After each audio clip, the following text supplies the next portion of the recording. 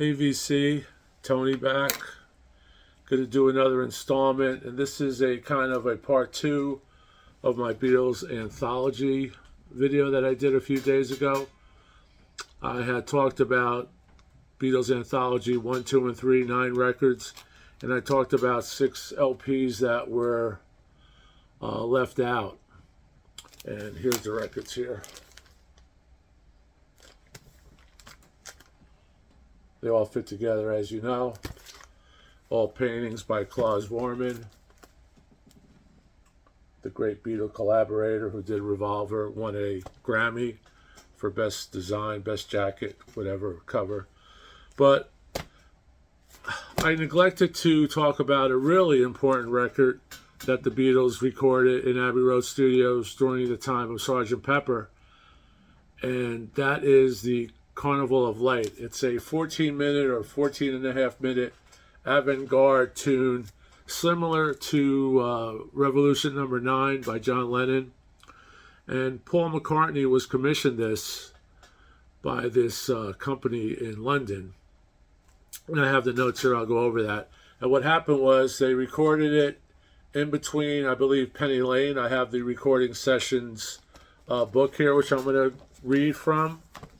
The Beatles recording sessions. If you don't have this book, this is excellent. Try to pick this up. This goes through every recording, and I just found out even the recording that was never released commercially or even on bootlegs. It's not on YouTube. It's only been heard by some insiders at Abbey Road, and people describe it as no beat, just whistles, sounds. The three Beatles, except for Ringo, John, Paul, and George, are saying things like Barcelona, electricity. Very, very weird. And what happened was this record was never released. The rest of the Beatles, besides Paul, felt it wasn't suitable for release. But then Paul, in 1995 or 1994, when they were putting together the tracks for Anthology 2, this album here, Anthology 2, which picks up with Yes It Is, Down, You've Got to Hide, it goes into Across the Universe, Lady Madonna. So it's that session, that era rather, Sgt. Pepper. He thought that this record should be included because what they were doing, they were including things that were never released before in the Anthology series, but it was vetoed by George mainly, and I guess Ringo as well. So it has yet to see the light of day, no pun intended, Carnival of Light. I'm just going to go over something I've got from Wikipedia here. There's a whole page on the Carnival of Light. You could actually see that there. And I want to thank all the readers who reminded me of this, all the readers and listeners who reminded me of this in their comments on the what I call as part one of the anthologies of, these things should be reissued, and those forgotten songs, those left off songs can be added to a 10th record, and this would fit perfectly. So it's Carnival of Light. Carnival of Light, and this again I'm reading from Wikipedia. Carnival of Light was recorded on January 5th, 1957, or 1967 rather. 13 minutes and 48 seconds, producers by George Martin. Now, if Giles Martin's out there, maybe you could pick this up and talk to Paul. Maybe talk to Olivia Harrison and Yoko and Ringo, and maybe get this thing released on, hopefully, what could be a 30th anniversary of Anthology. But anyway, Carnival of Light is an unreleased avant-garde recording by the English rock band The Beatles. It was commissioned by Milton Voigtlight and Soundrave, an event held at the Roundhouse in London on the 28th of January and 4th of February 1967. It was recorded during a session for the song Penny Lane. Carnival of Light is nearly 14 minutes long and contains distorted, echo-laden sounds of percussion, keyboards, guitar, and vocals. Its creation was initiated by Paul McCartney's interest in the London avant-garde scene and through his connection with the design firm Binder, Edwards, and Vaughan. Since the event, Carnival of Light was rarely ever heard and does not circulate on bootlegs. For McCartney, the piece came to hold significance in his efforts to be recognized as the first Beatle to fully engage with the avant-garde over a year before John Lennon recorded Revolution Number 9. McCartney tried to release the track on the Beatles Anthology 2 compilation, but its inclusion was vetoed by his former Beatlemates, and I think specifically it was George Harrison. McCartney confirmed that he still had the tape in 2008, and as of 2016, he is still considering releasing it. So right now we don't know if it's going to be released, but people are asking me about this. I looked it up. Fascinating story. Here we have the Beatles recording sessions, and if you go to the section, it's right in the middle, 1967, January 5th, Thursday. It's right here. These are excellent notes. Everything has been compiled. You can see that there.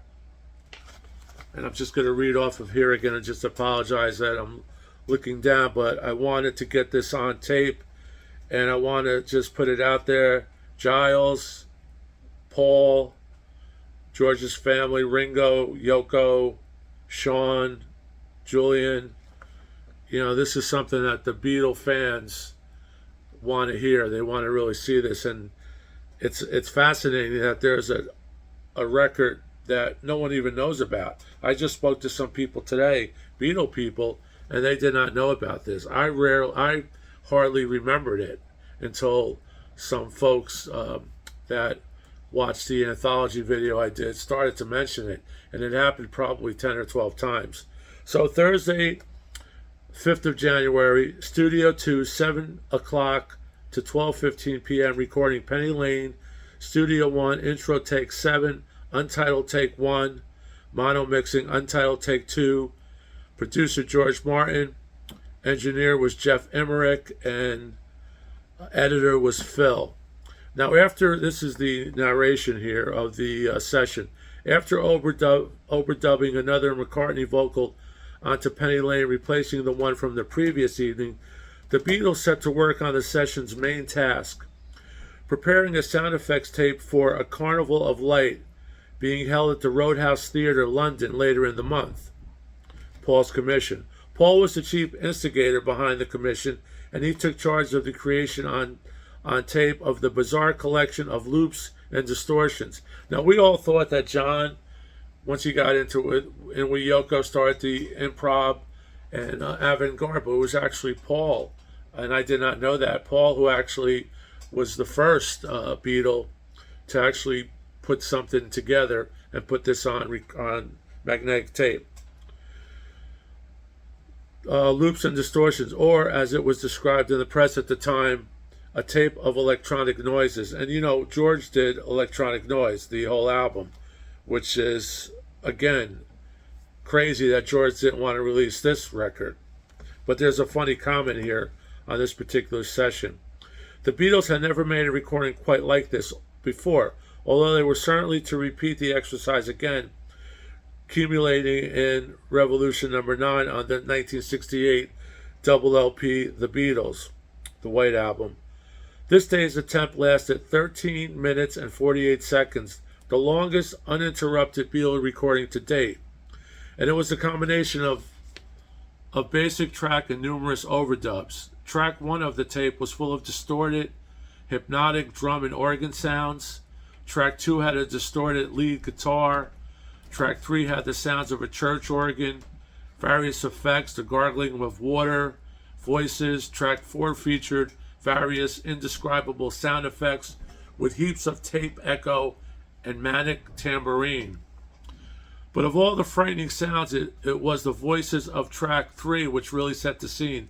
John Paul screaming dementedly and bawling aloud random phrases like, "Are you all right?" and "Barcelona." And John also mentions in another article I read that John is screaming electricity, electricity. Paul determined that the proceedings, almost after 40 minutes, with one final shout out to the control room. Can we hear it back now? They did just that. A rough mono remix was made, and Paul took away the tape to hand over to the Carnival of Light organizers. Doubtless pleased with the Beatles that the Beatles had produced for them such an avant-garde recording. Jeff Emmerich recalls the most unusual session. When they had finally finished, George Martin said to me, "This is ridiculous. We've got to get our teeth into something a little more constructive." 20 years on, George had obviously driven the session entirely from his mind, and when reminded of the sounds of the tape, this is George Harrison. I believe this is George Harrison. Well, it could be George Martin as well, so I'm believing it's, at this point, George Martin. 20 years on, George had obviously driven the session entirely from his mind, and when mentioned of the sounds on the tape and asked whether he could recall it, he replied no, and it sounds like I don't want to either. So that was basically it. And Paul had gotten this commission from the Carnival of Light, the Milton Volt rave session that was an avant-garde session in London, and he took it to the lads and said, "Look, we're going to work on this," and they all said fine. They all went along with it. Unfortunately, it's never been released. It's not on YouTube. There are just some remnants of what it might sound like from the people who heard it or people who describe it.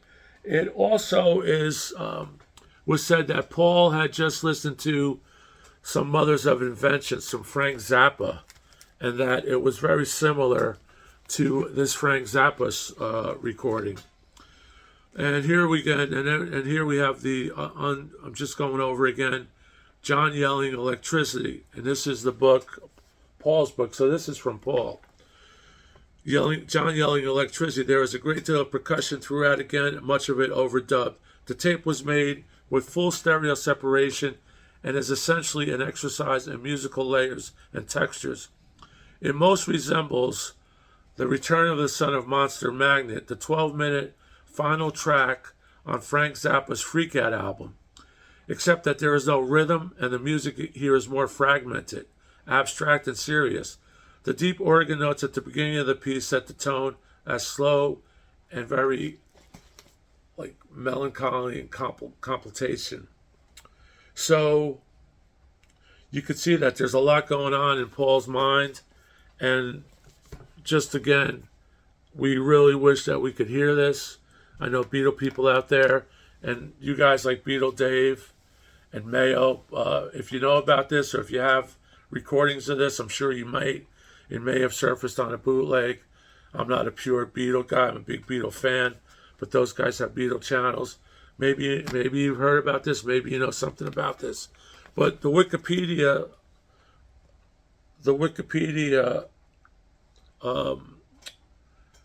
article here has just about everything you want to know about it. Recording, lit premiere, Carnival of Light received its only public airing at the Milton Volt Light and Sound Rave. None of the Beatles were at the rave. Instead, on 28th of January, McCartney and George Harrison attended a Four Tops concert at the Royal Albert Hall. Well, I could see that. They loved soul music. Paul was angry with the organizers when he learned that the tape had been allowed to play on past the agreed point, thereby giving the crowd a little preview of fixing a hole. Edwards said that this was not intentional and that he and Doug Binder, two of the creators of the show, had been busy with the Raves Light Show. The piece was played several times during the two evenings.